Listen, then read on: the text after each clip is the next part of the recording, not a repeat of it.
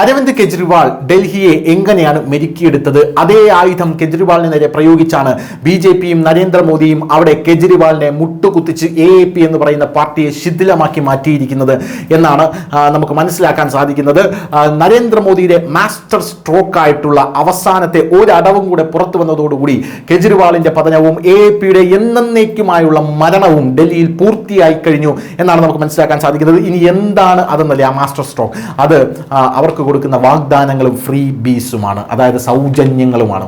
ഈ സൗജന്യങ്ങളിൽ അഭിരമിച്ചു കഴിയുന്ന ഡൽഹിയിലെ ജനങ്ങളെ അരവിന്ദ് കെജ്രിവാൾ കൊടുക്കുന്ന പോലെയുള്ള സൗജന്യമല്ല, എന്നാൽ വളരെയധികം ക്രിയാത്മകമായി ആവശ്യമുള്ള അർഹരായിട്ടുള്ള ആൾക്കാർക്ക് സൗജന്യം കൊടുക്കാമെന്നാണ് ഡൽഹിയിൽ BJP പറഞ്ഞിരുന്നത്. ഇതിൽ അരവിന്ദ് കെജ്രിവാൾ ഞെട്ടിത്തരിച്ചു പോയി എന്നുള്ളതാണ്.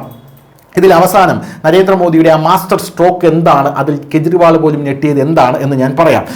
കെജ്രിവാളിൻ്റെ പ്രഖ്യാപനം എന്ന് പറയുന്നത് AAP പ്രഖ്യാപിച്ചത് സ്ത്രീകൾക്ക് 2100 രൂപ നൽകും, 18 വയസ്സിന് മുകളിലുള്ള എല്ലാ സ്ത്രീകൾക്കും നൽകുമെന്നാണ് കെജ്രിവാൾ പ്രഖ്യാപിച്ചത്. എന്നാൽ BJP അതെങ്ങനെയാണ് പ്രഖ്യാപിച്ചതെന്ന് അറിയണ്ടേ? അതായത് ബിലോ പോവർട്ടി ലൈനിലുള്ള, ദാരിദ്ര്യരേഖയ്ക്ക് താഴെയുള്ള, അതായത് പണമില്ലാതെ കഷ്ടപ്പെടുന്ന സ്ത്രീകൾക്ക് 2500 രൂപ കൊടുക്കും. പോരാത്തതിന് മാതൃസുരക്ഷ വന്ദന സ്കീം വഴി ഗർഭിണികൾക്ക് 21,000 രൂപ കൊടുക്കും. എത്ര ക്രിയാത്മകമായിട്ടാണ് BJP അത് ഉപയോഗിച്ചത് എന്ന് നോക്കൂ. ഇനി യുവാക്കൾക്കും വിദ്യാർത്ഥികൾക്കും കെജ്രിവാൾ പറഞ്ഞത് അംബേദ്കർ സമ്മാൻ സ്കോളർഷിപ്പ് വഴി പൂർണ്ണമായിട്ടുള്ള പഠന ചിലവ് ഏറ്റെടുക്കും എന്നുള്ളതാണ്. യഥാർത്ഥത്തിൽ ഇങ്ങനെയൊക്കെ ചെയ്തു കഴിഞ്ഞാൽ നമ്മൾ ഫിസിക്കൽ ഡിസാസ്റ്ററിലേക്ക് പോകും എന്നുള്ളതാണ് ഒരു പ്രധാനപ്പെട്ട കാര്യം എന്ന് പറയുന്നത്. എന്നാൽ BJP അവിടെ പറഞ്ഞത് 15,000 രൂപ ഞങ്ങൾ തരും. അത് UPSC, സിവിൽ സർവീസ്, PSC അത് പഠിക്കുന്ന വിദ്യാർത്ഥികൾക്കാണ് ഞങ്ങൾ തരാൻ പോകുന്നത്.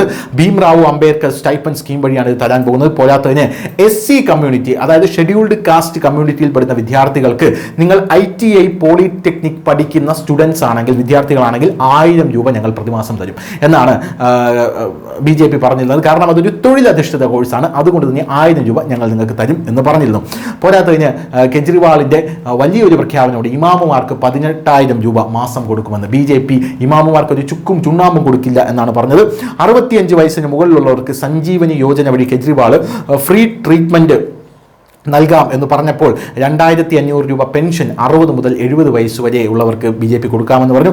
70 വയസ്സിന് മുകളിലുള്ളവർക്ക് 3000 രൂപ പെൻഷൻ തരാം എന്നാണ് BJP പറഞ്ഞത്. ഇനി കെജ്രിവാളിൻ്റെ മറ്റ് പ്രോമിസ് എന്ന് പറയുന്നത് സൗജന്യ വൈദ്യുതി, അത് 200 യൂണിറ്റാണ് സൗജന്യ വൈദ്യുതി കെജ്രിവാൾ നൽകാം എന്ന് പറഞ്ഞത്. 200 യൂണിറ്റ് വൈദ്യുതിക്ക് ശേഷം നിങ്ങൾക്ക് പൈസ തരേണ്ടി വരും. എന്നാൽ നിങ്ങൾ 200 യൂണിറ്റ് വൈദ്യുതി ഞങ്ങൾ ഫ്രീ തരാമെന്ന് BJP പറഞ്ഞു. എന്നാൽ അതിനുശേഷം സബ്സിഡി ഉണ്ടായിരിക്കും എന്നാണ് BJP പറഞ്ഞിരുന്നത്. 500 രൂപ സിലിണ്ടറിന് സബ്സിഡി ഉണ്ട് എന്നാണ് BJP പറഞ്ഞത്. അത് വലിയൊരു മാസ്റ്റർ സ്ട്രോക്ക് ആയിരുന്നു BJPയുടെ അവിടെയുള്ള സ്ത്രീകൾക്കിടയിൽ. പോരാത്തതിന് 2 സിലിണ്ടർ ഓരോ വർഷവും നിങ്ങൾക്ക് ഫ്രീ ആയിട്ട് ലഭിക്കും. ഒന്ന് ഹോളിക്കും ഒന്ന് ദിവാലിക്കും 2 സിലിണ്ടർ. കെജ്രിവാൾ അവിടെ പറയുന്നത് പൈസ തരാമെന്നാണ് പറയുന്നത്, ഹോളിക്കും ദിവാലിക്കും. എന്നാൽ നരേന്ദ്രമോദിയുടെ BJP അവിടെ പറഞ്ഞത് 2 സിലിണ്ടർ ദിവാലിക്കും ഹോളിക്കും നിങ്ങൾക്ക് തരാം, ആഘോഷരാവല്ലേ, അതുകൊണ്ട് തന്നെ അത് തരാമെന്നാണ് പറഞ്ഞിരിക്കുന്നത്. പോരാത്തതിന് സ്റ്റുഡൻസിന് 50% കൺസെഷൻ ഡൽഹി മെട്രോ ഫെയറിൽ പറഞ്ഞപ്പോൾ, ഫ്രീ ബസ് റൈഡ് തരാം എന്ന് പറഞ്ഞപ്പോൾ ഡൽഹി ഗവൺമെൻറ് വെൽഫെയർ സ്കീം വഴി ഫ്രീ ബസ് റൈഡും ഫ്രീ ഇലക്ട്രിസിറ്റിയും സ്റ്റുഡൻസിന് നൽകാമെന്ന് BJP പറയുന്നു.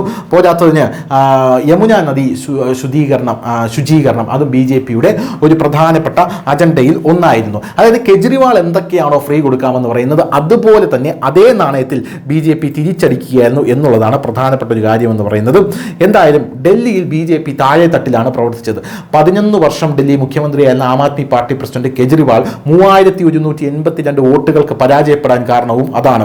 BJPയുടെ പുലിക്കുട്ടിയായിട്ടുള്ള പർവേഷ് ശർമ്മയാണ് ഇയാളെ പരാജയപ്പെടുത്തിയത്. ഡൽഹി മുഖ്യമന്ത്രി അതിഷി ഒടുവിൽ കൽക്കാജിയിൽ നിന്ന് രമേശ് ബദൂരിയെ പരാജയപ്പെടുത്തി വിജയിച്ചു. എന്താണ് ഇനി നരേന്ദ്രമോദിയുടെ മാസ്റ്റർ സ്ട്രോക്ക് എന്നല്ലേ? ഫെബ്രുവരിയിൽ അവതരിപ്പിച്ച ബജറ്റായിരുന്നു പ്രധാനമന്ത്രി നരേന്ദ്രമോദിയുടെ മാസ്റ്റർ സ്ട്രോക്ക് എന്ന് പറയുന്നത്.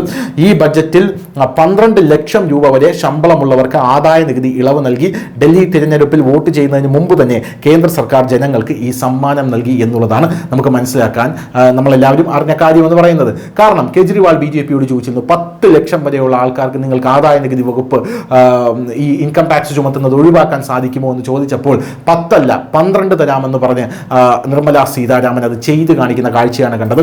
യഥാർത്ഥത്തിൽ ഡൽഹി രാഷ്ട്രീയം എന്ന് പറയുന്നത് ജാതി സമവാക്യങ്ങളിൽ ഊന്നിയുള്ള ഒരു രാഷ്ട്രീയമല്ല, മറിച്ച് അത് സാമൂഹിക സാമ്പത്തികപരമായിട്ടുള്ള സമവാക്യങ്ങളാണ് ഡൽഹിയുടെ ഈ വോട്ട് ബാങ്കും മറ്റു കാര്യങ്ങളും ഇരിക്കുന്നത്. അതുകൊണ്ട് തന്നെ ഇത് അവിടെയുള്ള മിഡിൽ ക്ലാസ് ബിസിനസ്മെൻ അങ്ങനെ ഉള്ള വർക്കിംഗ് ക്ലാസിൻ്റെ ആൾക്കാർക്കിടയിൽ വലിയ ആശ്വാസമായി. ഇത് BJPയിലേക്ക് അവരെ അടുപ്പിച്ചു. പോരാത്തതിന് മധ്യവർഗം ഡൽഹിയിലേക്ക് ആകർഷിക്കപ്പെട്ടു. ഡൽഹി രാഷ്ട്രീയത്തിൽ മധ്യവർഗത്തിന് വളരെ പ്രധാന പങ്കുണ്ട്. ഡൽഹിയിലെ ജനസംഖ്യയുടെ 45% ഇവരാണ്.